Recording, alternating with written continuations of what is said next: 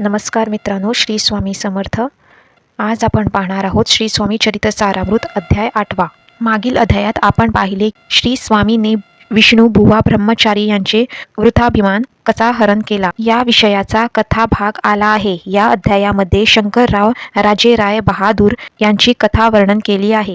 जसे अक्कलकोटाचे जनता श्री स्वामीच्या चरणी भक्तीस लागले, त्याचप्रमाणे आजूबाजूच्या इतर प्रांतातील जनताही श्री स्वामीची चरणी भक्तीस लागली.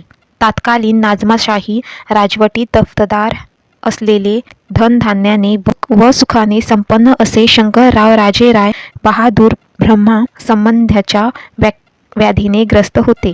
पूर्वकर्मामुळे झालेले संबंध बाधेने शंकररावाचे जगणं मुश्किल झालेले. शंकररावकडे अमाप संपत्ती आणि 6 लाखाची जहागिरी असताना देखील दुःखी असलेल्या शंकररावांनी संबंध बाधेतून मुक्त होण्यासाठी बरेच धन दौलत खर्च केले. अनेक अनुष्ठाने, अन्नदान, ब्राह्मण संतर्पणे केले, दानधर्मही केले, पण काहीच फायदा झाला नाही.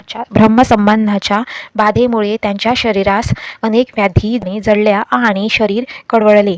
नियतीने लिहिलेले पूर्व सचित दूर करणार योग्य सत्पुरुष भेटेल का आणि या व्याध्यातून आपली मुक्तता होईल का असे विचार सतत त्याच्या मनात भेडसावत होते. शंकरराव श्री गुरुदत्ताचे परम भक्त होते, म्हणून गुरुदत्ताची सेवा करण्यासाठी आणि व्याध्यातून मुक्त होण्यासाठी ते प्रिय पत्नी सहित गणगापुराला आले आणि अहोरात्र दत्तसेवा करू लागले.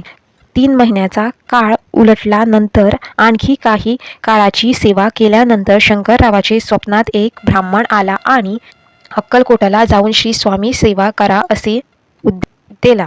पण शंकररावांना श्री स्वामीबद्दल काहीच ठाऊक नव्हते, म्हणून ते गणगापुरातच.